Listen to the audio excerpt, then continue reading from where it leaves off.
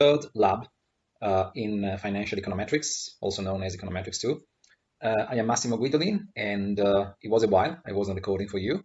As you have noticed, our teaching assistant, Manuela Pedio, she's much more than that, but official assistant, teaching assistant, she stepped in and recorded a few labs for you. And now it's my turn, and I will be recording two labs. One is on vector autoregressions, which is the current lab, and it's an application to US interest rates, a important application, both academically and from the point of view of practitioners. And then I will be recording a lab on advanced topics in volatility modeling, which is a bit my specialty if you want. Before I proceed, let me remind you the rules of the game. Basically, there is no game, meaning labs are optional and they should be treated as such.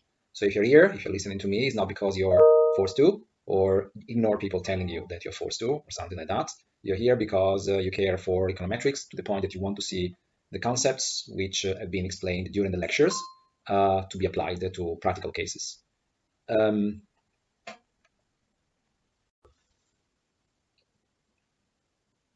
As you know, the implication of the optional nature of the labs is that during your exam, your written exam, it will be, you will find one question at the very end of the exam worth 2 points, and you will be able to decide whether to skip it or to proceed answering it, okay? And another thing that I want to detail before I start, but here I'm just following the practice that Manuela Pedio has introduced. You will see me, it just happened because there was a noise, but you will see me taking stops during the recording. And part of it is that I want to mimic in what I do in front of your eyes, what happens in the debriefing, which is the document, the PowerPoint that you have in front of your eyes. So I wanted to be able to find a minimal consistency with between what you hear and what you are doing possibly in eViews on the data in applied terms, and the track of the operations that you find in the document, in the PowerPoint, which will be posted. And the other reason for why I will stop very frequently, I will stop recording really, I mean, as a matter of policy, is to allow you the time, if you so want, I will explain in a moment, to actually keep doing the same operations that you see happening in front of your eyes on your computer in eViews. And I know that you have received plenty of information on that, but there is a free copy that you can download on your machine. It works both on personal computers, Windows-based, and on Mac computers. There are limitations to what you can do in terms of the size of the data and how much you can export in terms of outputs. But in terms of obtaining the same outputs that you see here in front of your eyes and pondering them in real time, stopping my recording and doing the work on your own, it is actually a good option that you have. Okay, so also because of this reason, you will see me that after each operation, I will slow down and I will also stop the recording to allow you some time to perform the operation. Now, if instead you do not want to work on the data in real time, you're just happy to listen and see what the capabilities of eViews are, no problem, just move forward or just be a bit patient when I slow down to allow other people to perform the operation. Also, this recording is split in two. There is a first part, which is about US interest rates. You will see which interest rates, but basically we will be talking about treasuries and corporate bonds. And there is a second portion for which I will show you just a taste. I will give you a flavor of the results that you should be getting, on which you're invited to work on your own, but this is optional square, meaning this is already optional, and working on things on your own without guidance, without following my recording, is entirely up to you. It will not be graded. You're not supposed to submit anything. I mean, it's just for your understanding. And we are really, really going way beyond what is expected of you in terms of final exam, just to be clear.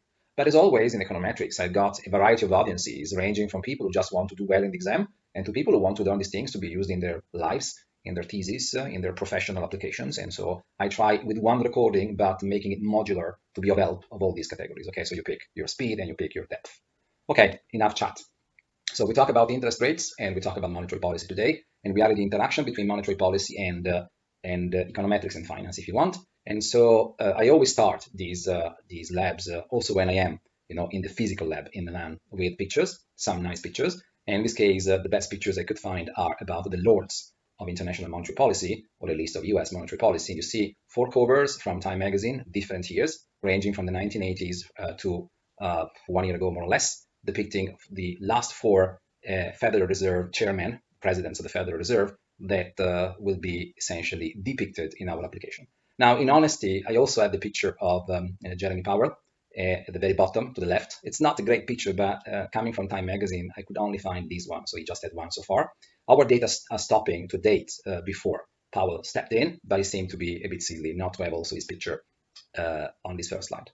And you may know that for 5 years of my life, I was an economist, a senior economist at the Federal Reserve, but unfortunately, I carry no special insights, not that I know of, even though the sample that we're going to analyze, it will be also a sample about the period in which I was at the Federal Reserve, which is, by the way, 2005, 2010. So it's 5 years and something, almost 6 years, more or less. All right, so let me proceed forward now. So as always, there is a tape, say, so a track of the recording, which is represented by these set of slides. And if I can move them. And I will also perform operations in front of your eyes in eViews. This requires a bit of switching on my computer, so I apologize for that. Sometimes you will see I will get lost in places. Just be patient and you just wait for a second and I will find my way. Okay, so essentially I want to see how the price, to be precise, the interest rates on the yield on a variety of fixed income instruments react to different kinds of monetary policy shocks. And I have in mind two kinds of monetary policy shocks: the traditional rate-based monetary policy shocks, and the more recent and more important, both quantitatively and politically, and the recent shocks which are given through quantitative easing. Now, let me explain very briefly, because it's a course in econometrics, it's not a course in monetary policy. Traditionally, most central banks in normal times, they try to reflect the term structure of interest rates by moving one key reference very short-term rates, which in the case of the United States is called the federal funds rate. It's basically a key reference rate for overnight banking deposits. So when I speak about traditional monetary policy, I'm thinking about that, about the Federal Reserve intervening in the interbanking market in the US to keep the federal funds rate close to a level within a range, very tight range, close to a level that they set. And this is the level that they announced after key policy meetings, the FOMC meetings. And for many years, between more or less the early 80s and 2008, this was the way in which monetary policy had been conducted in the United States. But then, as you all know, the great financial crisis came, and the Federal Reserve had to switch to a different way of conducting monetary policy. So not only they targeted rates, but actually starting in early 2009, rates were at zero. So this policy option was out. And what they did is to announce a variety of policies or strategies, which were based essentially on the idea of purchasing bonds. Not only treasury bonds, mostly treasury bonds, but not only. For instance, for a period, they were also purchasing mortgage-backed securities in the United States. These policies are generally known as quantitative easing policies or quantitative policies. And the purpose of this lab, besides illustrating a few points in econometrics, is to explore what is the differential effect of these two kinds of policies on interest rates. And we have in mind four types of interest rates: short-term, risk-free interest rates, represented by one-year treasury bills, which are equivalent to many similar instruments which we have in Europe. In Italy, they are called BOTs, one-year BOTs. Long-term, risk-free rates, which are represented in this case by the 10-year treasury note rate. Third, the high-quality investment grade bonds, so the rate of return, the interest rate on high-quality corporate bonds. High-quality corporate bonds are considered to be AAA corporate bonds in the classification given by Moody's. And approximately the maturity of this bond portfolio is 10 years. This is a series of interest rates which is actually compiled and provided by Moody's. The duration of the bonds in the portfolio is varying, but Moody's promises, so they have a goal of trying to include in the portfolio only bonds which are very close to the 10-year maturity. Finally, as a representation of non-investment grade bonds, we also have, so basically these are bonds at the threshold between investment and non-investment grade, but we have BAA bonds. Okay, so they're just bonds which are at the intersection, if you want. They're on the point of becoming non-investment grade bonds. The series of interest rates comes from Moody's, and also in this case, there is a commitment of picking bonds which are close to 10 years. I told you already about the shocks, and now sometimes the quantitative easing policies, which I have commented on before, they're called unconventional policies. Now, this way of calling them was very popular in 2009, 2010, when they were first introduced. Now to call them unconventional is a bit funny, because as you may know, they were actively used between 2009, 2010, and 2017, so for 7-8 years. And as you all know, they were recently reintroduced about 2 months ago, 7 weeks ago, by the Federal Reserve. So we will see a lot of quantitative easing also going forward as a result of the current COVID-induced crisis. So, I mean, call them unconventional if you want. I would call them non-rate-based policies or quantitative-based policies.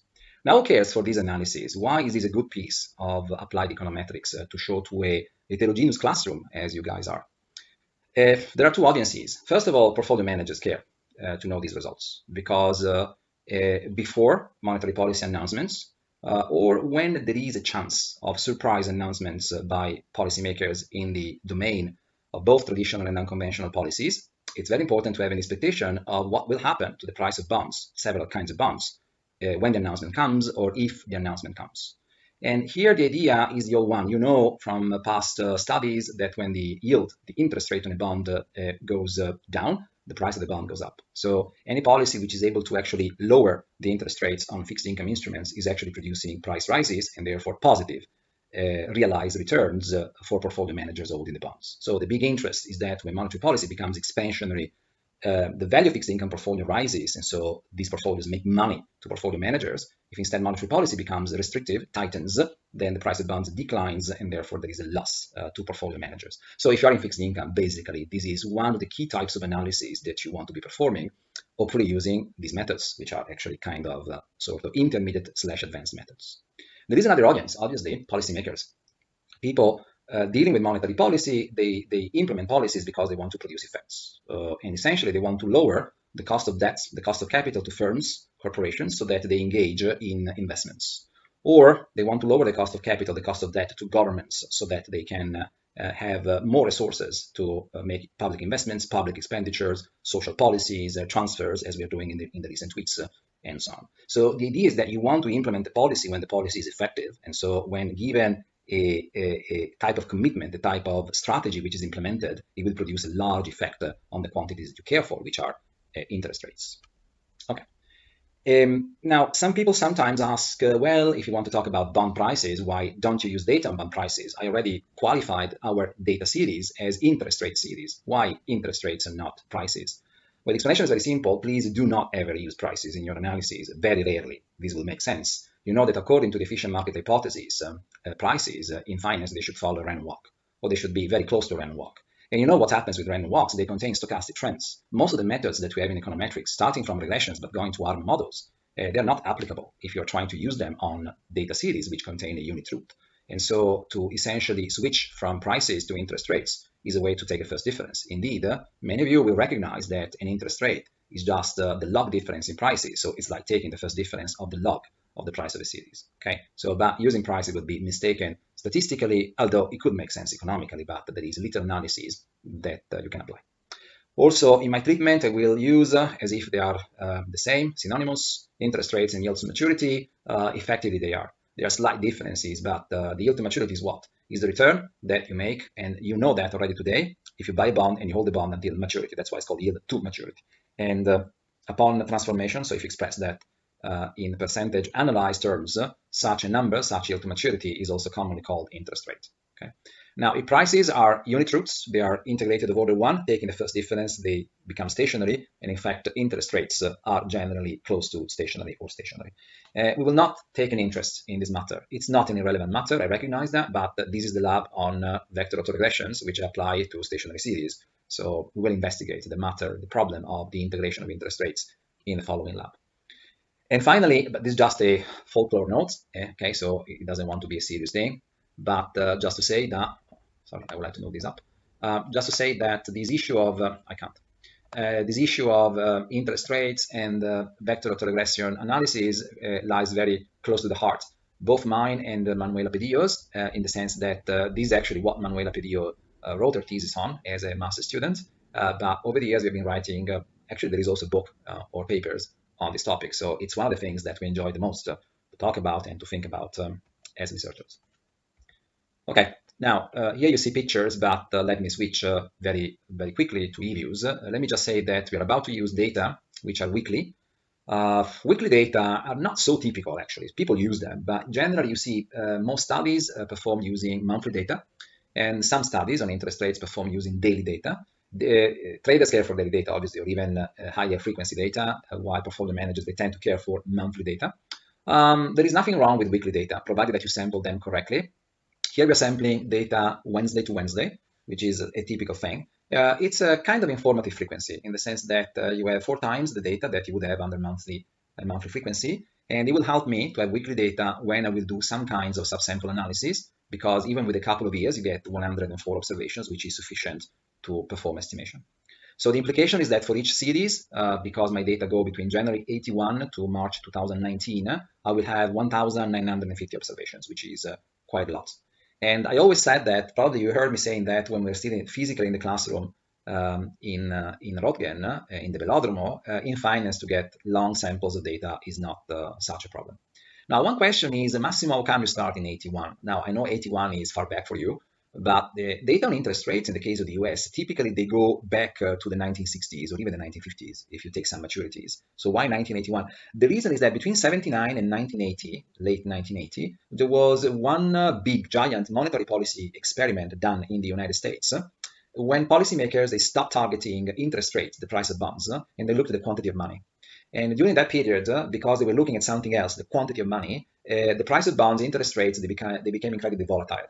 And so if you try to perform an analysis that includes these 2 years, 79, 80 with the rest, usually you run into problems because you have data coming from two different subsamples, two different populations if you want.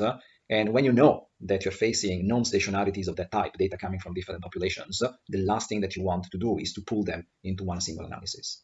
Now, usually to leave holes in a sample is weird. So to analyze data excluding 79 and 80 would be weird. And so the common solution has been traditionally to drop everything before 1981. Now, it must be said that to use data from the 70s or the 60s would actually take us to a different historical period almost. I mean, it's a long time ago. Computers did not exist. The economy was different. The Soviet Union was the big bloc of the world. And so I don't know how informative data, which are so old, would be for our future in forecasting terms. So I start in 81. Now let me stop also to give a breather and let me switch to eViews. So after you have downloaded the data which are posted on Blackboard, they will be in a directory. You can call it as you want, okay? There is no requirement on that. And if you double click on the file, they should be called interest rate data raw. If you're leaving the same name with which they've been uploaded in Blackboard, you will see this, okay? Now, let me say the font will look different probably in your eViews if you have one, because I modified, I put my own font, favorite one. And also I expanded a bit the font to increase readability when you will look at the video, okay? There are limits to what can be done in eViews, but I was trying to make a few steps in your direction because otherwise it becomes a bit small. Now the data that we will be looking into, they are the federal funds rate, called FF rate, the 1-year T-bill rate, here, T-bill dash 1 year, the Treasury 10-year rate, the AAA corporate bond rate, and finally the BAA threshold investment grade, non-investment grade corporate bond rate. So these are the 5 series which we are looking into. I did not go through the steps to upload data, which I've seen a couple of times in the recordings of Manuela Pedio, but you can recognize here the sample of our analysis, which is the 2nd January 1981, 22nd of March last week of 2019. I did not update the data. Nothing much happened until very recently, but it will not be reflected already in the data. So it will be too short a period to be visible in the data. But next year, I will actually include a very interesting 2020. I expect it to be. So we have 1,995 observations as promised. And let me switch back now to the presentation. Okay.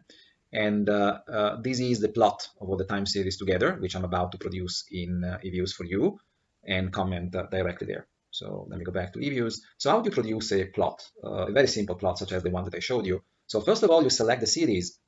In this case, my selection, if you notice, was not random. It went from the shorter term maturity interest rates to the longer maturity interest rates, which are the 10-year Treasury bond, the AAA corporate bond, and the BAA corporate bond. And in some ways, I'm also following a pecking order of quality in the sense that given the maturity, I'm putting on top, if you want, the highest quality bonds, 10-year, followed by the AAA bonds, corporate, and then BAA corporate bonds. How do you produce a plot? There are 2 ways. One way is to just open the series as a group. Opening the series as a group in this case is very important because it will allow you to perform operations which concern not the individual series, but all of them. So let's do that. So you get a new view. In eViews, we call these panels, which are opened views. So they are like frameworks within which analysis is possible. And then if you want to create a plot, you do view and then graph. And then you have, in a second, a very wide selection of possible graphs. You see them here. Now, some of them make sense for our data. Some others do not make sense. So let me start obtaining one single graph for all the data. And this is what you get. Now, qualitatively similar to the one that you saw in my slide presentation, but the aesthetics of the plot is a bit different. And the reason is that I'm a maniac on these things. You should not follow my manias.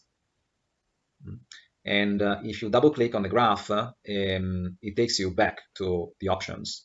And one thing you do, which I normally do, is to take the e-views back to previous versions, the versions that I'm more used to. And if you say yes and you do apply, you click OK, you get now something which is more similar to what you see in the slide.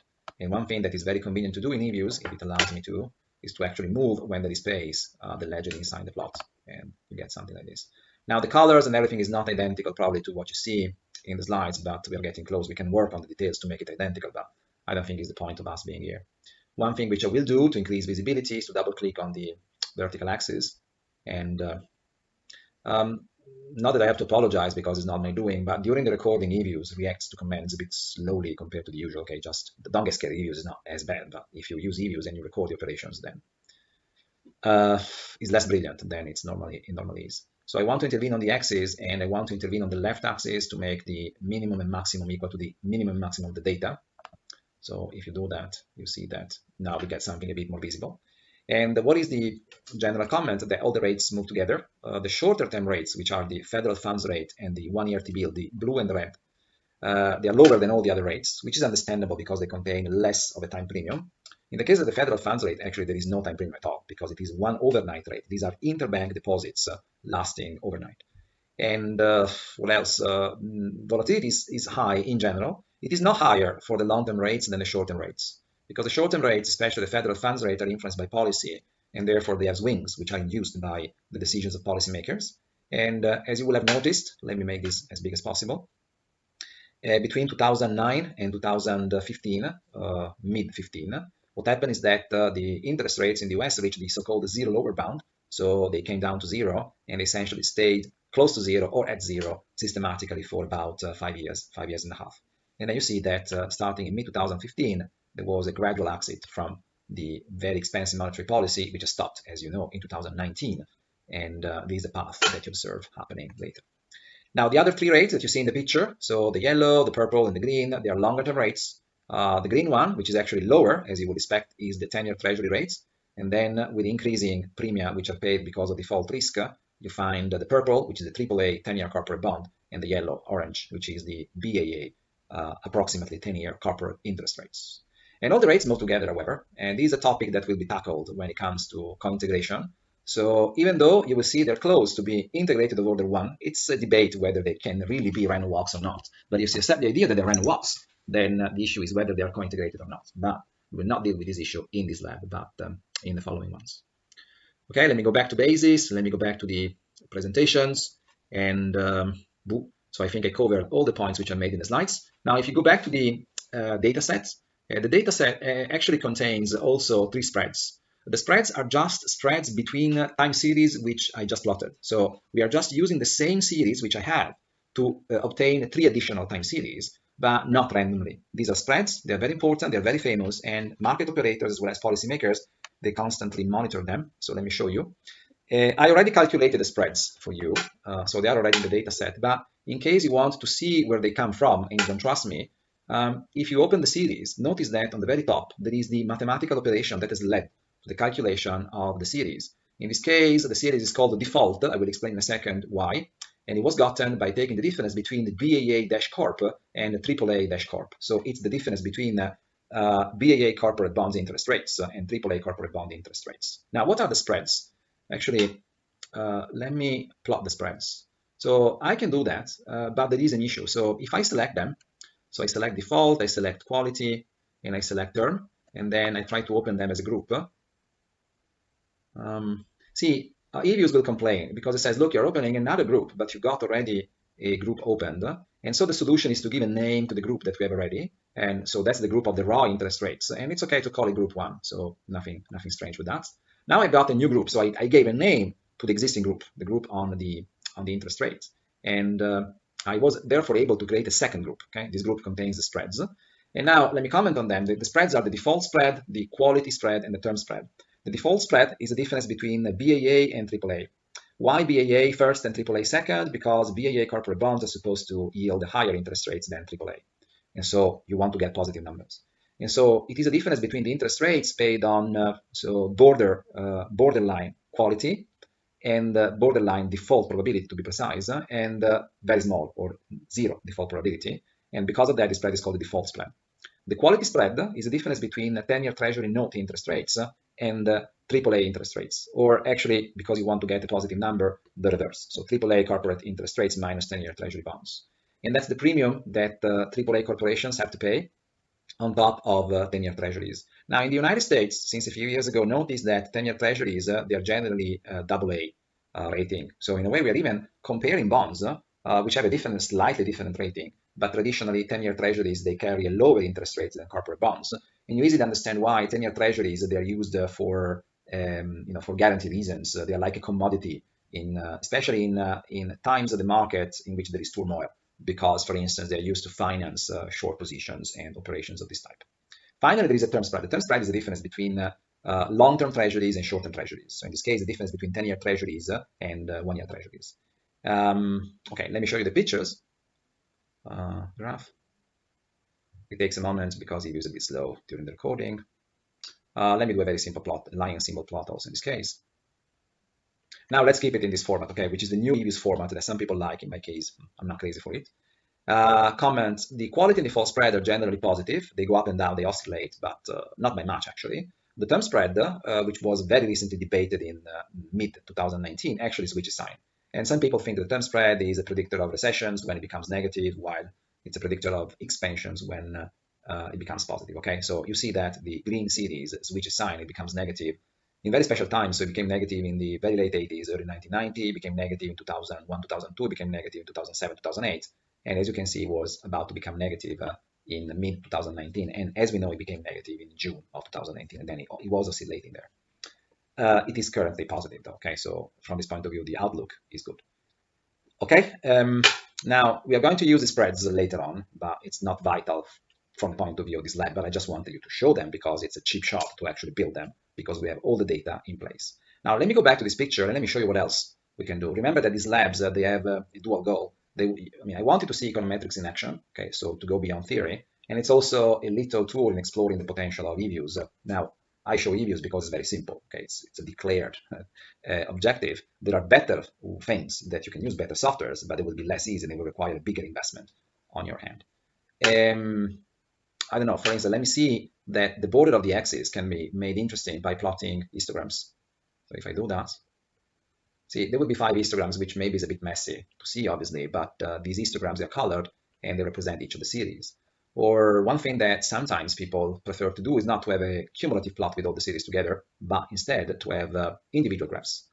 So let's do multiple graphs. And instead of the histogram, let's do a kernel density estimator. If you do not remember, pay attention because I spoke about it, although it's not really a topic of our course, but I spoke about what is a kernel density estimator during the lectures at the very beginning.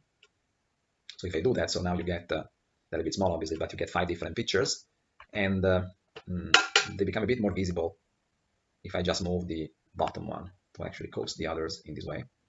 And as you can see, the left axis includes an approximation of the histogram. The kernel density is a non-parametric approximator, a non-parametric estimator of the histogram of the time series. And as you can see, the densities, the unconditional density of this data are quite funky, as you would expect. For instance, I mean, very rarely interest rates can become negative, right? It's something exceptional that happened only recently, and it shows in the pictures, but they are usually multimodal, at least bimodal. So see, very interesting unconditional densities.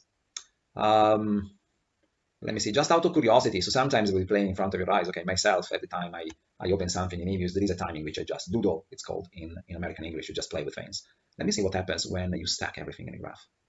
I don't remember what you will see. Oh, I cannot interpret this, okay? I do not advise it, I don't know what happened. I mean, I think it's setting some series to be the baseline and just plotting the others as a function of that. That's very weird. Let me go back to something intelligible. Maybe, okay. Let me go back to the baseline. Now, probably Manuel already showed you, but one thing that always in the domain of playing with things, one thing that EViews allows you to do is by sliding this bar is actually to change in real time the sample. And often this is done just to realize whether your conclusions withstand using a subsample, a different sample of the data. Now, this sliding obviously can be done only continuously, so you cannot leave holes, but also this feature, which has been introduced recently, it's very, very useful. So let me close this group, which I will not use, not soon, and let me keep working with group 01. Okay, let me go back to base. So one thing that you see happening in the slide is that I plotted histograms with the kernel density estimator for each of the series, which you indirectly saw in the sides of the picture, not so important. The only thing that I want to comment is, first of all, kernel density estimators, they tend to have a problem. I mean, you tend to approximate histograms with continuous densities, but histograms are cut approximately 0 or a small negative interest rates. Because these are interest rates, they cannot go towards minus 100%, and that's a limit of what kernel densities can do. And also, as you can see here, the density for 1 year T-bills looks odd. This is also the case for the federal funds rate. And the reason is that there is a mass which is very high in correspondence to small zero interest rates. And that's exactly the phenomenon I was talking about. If a rate cannot go below zero, much below zero, then would be an extraordinary mass in periods of expansionary monetary policy in correspondence to very low rates. One thing which is very simple to do in EViews is to produce summary statistics for you to ponder the data. The way you do that is view, you do descriptive statistics, and then it lets you choose whether you want to use a sample which is common across all the series, or to use all the available data for each series, even if the available data are different. But in this case, we have a problem, so it will give the same result, and these are the numbers you get. And I do know that the numbers, I mean, the way things look seems different from the slide, but it's not. The slide is just formatting, which I have applied because I cannot stand see things without formatting. But again, it's a mental problem, say. But the numbers, as you can see, let me go back to EViews, they are exactly the same. Right? And you find things which you would expect. So the longer is a bond and the riskier is a bond, the higher is the interest rates it pays out on average. So you go from 4.5% in the case of the federal funds rate historically over the entire sample to 8.3% in the case of BAA corporate bonds. Standard deviations are not aligned in any particular way, as I was already commenting in the picture, so they do not necessarily grow if the maturity of the bonds grows. In fact, the highest standard deviation is 3.8% for the federal funds rate, just because monetary policy is moving the federal funds rate a lot. Now, all the time series of interest rates, they tend to be characterized by positive skewness, so they are asymmetric to the right. And the reason is very clear, because interest rates cannot go negative or cannot go much negative. So you see skewnesses, they range between 0.81 and 1.02, so highly positive. Interest rates are not massively characterized by fat tails, but they do have some. So as you can see, the kurtosis ranges between 3.08 and 4.39. It is actually higher for the federal funds rate than for the other types of interest rates. But say, in the case of interest rates, the feature of non-normality that you have to worry about the most is the asymmetry, not really the kurtosis per se. Let me see if there is anything else I should tell you, but I think we are in good shape here. So I can move forward. And so at this point, I want to do VIR analysis. So I want to stick all these interest rates in a common joint model and let the data speak. And so let me review with you together a bit the sense of a vector autoregression. It is an agnostic multivariate model. It is multivariate because you model all the series at the same time by stacking them on top of each other in a vector, and by modeling the vector time series, so all the time series jointly, which is the advantage of using vector autoregressions. It is agnostic because the way you do that, it's not informed, not immediately, not as a first thing, informed by economic theory, by finance theory, by a model, by an understanding of economic phenomena. And so that's agnostic in the sense that you want to let the data speak. And how can the data speak in the case of a vector autoregression? Well, in two ways. The first way is obvious, and it is characteristic of all econometrics applications, econometrics models. Data speak through coefficient estimates. But there is another way through which the data speak, which is the order of the model. So which set of parameters is specifically needed for the model to speak? And conveniently, EViews has a way to let the data speak in a systematic way. Let me show you. Now, what is the problem? That if you start estimating one by one every single model, you will see in EViews is quick, but to collect all this information that you see in the table, the maximized log likelihood, the AIC information criterion, the Schwartz information criterion, also called as BIC, the Annan-Quinn information criterion, would be quite painful. So let me go into steps. First step, how do I estimate a vector autoregression? Now let me close my group. As you can see in EViews, once you form a group, it will be kept for you. So if I need to go back and do something to the group of time series, just by double-clicking, it will open again and we'll be able to do whatever I forgot to do. But let me drive you through the estimation of a vector autoregression. It seems a mess, probably, right? So when you were thinking about it, reading the book or just listening to me in the lectures, you were like, wow, this looks harder than a regression. It's not. So the only thing that I ask you to pay attention to, at least when you are in EViews, do not pick the series that you want in your vector autoregression randomly. Just give it an order that you're able to remember. You will see why this pays off. In this case, I want to use the typical order that I've been following. So I start with the shorter and safest of the interest rates, which is the federal funds rate. Then I pick the next one in terms of safety and maturity, which is the 1 year T-bill. Then I pick the 10-year treasury. Then I pick the AAA corporate bonds. And then I pick the BAA corporate bonds, so less quality. So I got my 5 series. I do a right click and I open them as a bar. So EViews has already right away the ability to lead you to build a var. And then I'm faced with this dialog box. Don't worry about restrictions, although you heard about restricted VARs, but we don't need that. And there are different types of vars, but you understand only two of these things. You can build vector autoregressions with the error correction component, which is a topic that we have encountered when we discussed co-integration, so not now, not in this lab. You can build a standard var, a reduced form var, to be precise. There are other things you can do, but this is for more advanced econometrics courses. So you build a standard var, these are your variables, this is the estimation sample, which is everything. Here, if you wanted, you could actually plug inside exogenous variables. Exogenous variables are your regressors in a regression. So these are variables which are not on the left-hand side of the var. They do not originate in one equation in the var, but you want to have them on the right-hand side. In a moment, I will show you one example. So this is the order of the var. And this is one tricky thing about eViews, that if you see 1, 2, you would think that you're including two legs, and you're not wrong. But if you write something like 1, 2, 3, 1, 2, 4, say, then you would expect to have the legs 1, 2, and 4. But let me show you what happens. Okay, it gives you a mistake. So eViews, I have to redo the VAR specification. eViews thinks in the following way. It is expecting you to provide couples here. So the total number of numbers that you're supposed to specify here has to be even. And the idea is that if I write 1, 2, it will estimate all the legs between 1 and 2, so 1 and 2. If I write 1, 4, it will estimate all the legs between 1 and 4, so 1, 2, 3, and 4. But let me show you this. If I write 1, 4, 6, 7, it will estimate a var in which I have the legs 1, 2, 3, 4, so everything between 1 and 4, and then everything between 6 and 7, so 6 and 7. So let me show you. If I click OK, it does not complain, and you see that the legs are between 1 and 4, and then I've got the legs 6 and 7, as it was predicted. Now, I don't want this VAR particularly. Now, suppose I want to change things. How do I do that? Well, I click Estimate, and it will lead you back to the dialog box in which I can specify things. Now, for the time being, let's be happy with the var 2, so just two legs, 1 and 2, and let me push the button. Now I want to see this. I've been complaining on purpose so far that eViews was not particularly fast, and it is not particularly fast, I can tell you. So the fact that I am recording is absorbing a portion of my CPU, and still the estimation of this var with 5 variables and lots of parameters, you will see in a second how many, took about 2 seconds. So it looks very complicated, as if you have to do lots of calculations, but 2-3 seconds. Now, how fast can it go? Well, let's exaggerate. So let's estimate a var with 10 legs. So that's a lot of parameters to be estimated, right? 1 second. And why was it particularly fast? The reason is that he had already very good initial conditions provided by the previous estimation. So that's why apparently it got faster than it was before, but it was just an illusion. It depends on what he has to start with.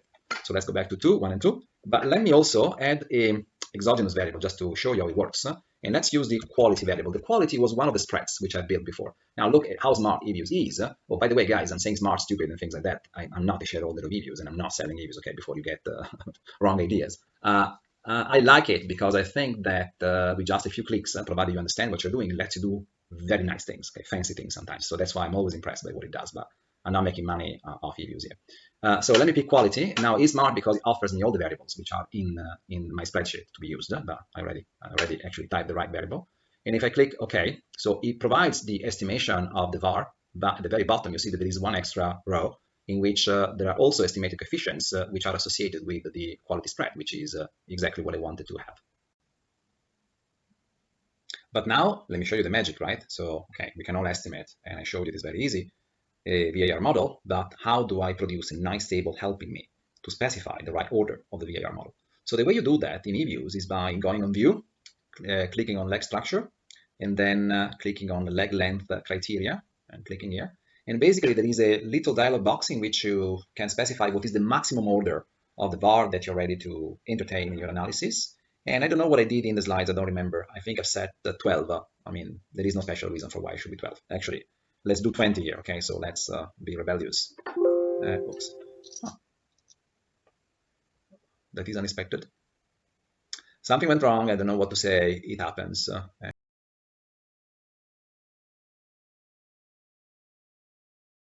And let me try 18.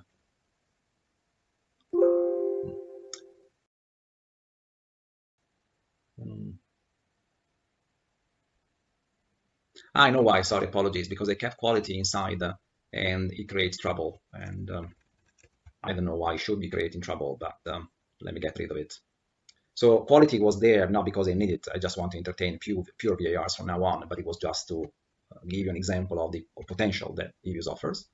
But we don't need it now. So let's go back to 20. Let's be rebellious. Let's click OK, and here we go.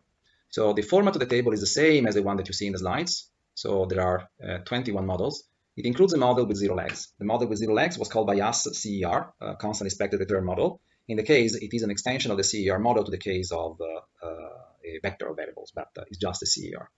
And as you can see, there are many columns. And so the number of legs, which is the identifier for the number of model, the maximized log line to function, and apparently including quality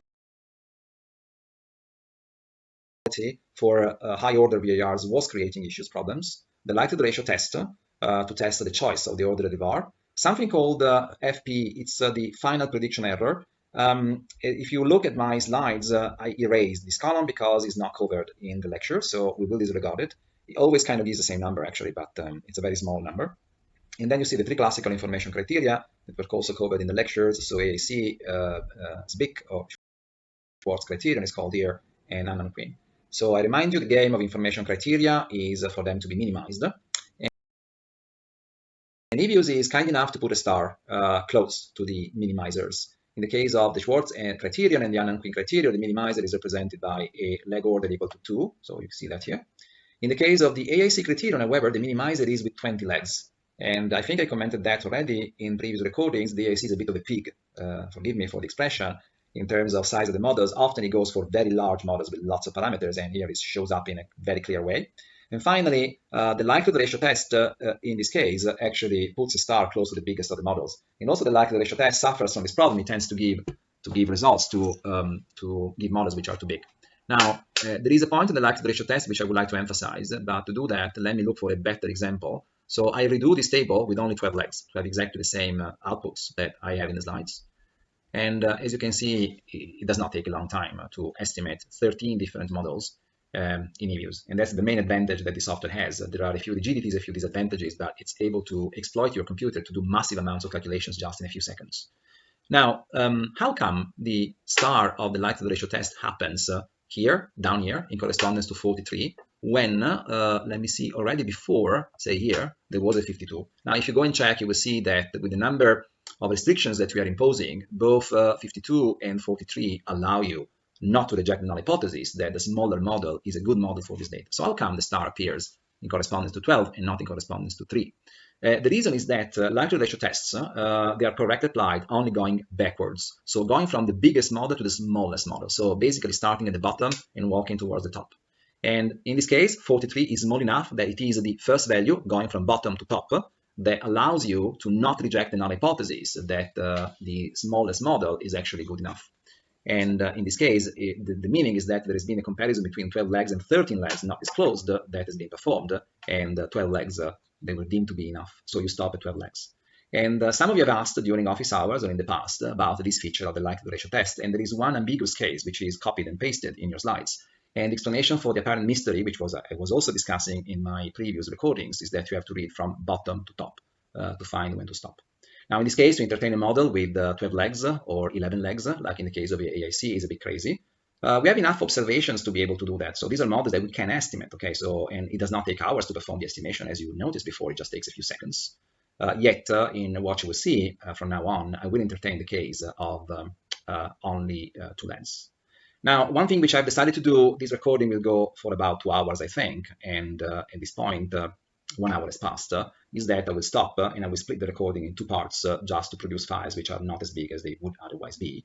But if you click on the second file, which I will post, you will find me back here in a second.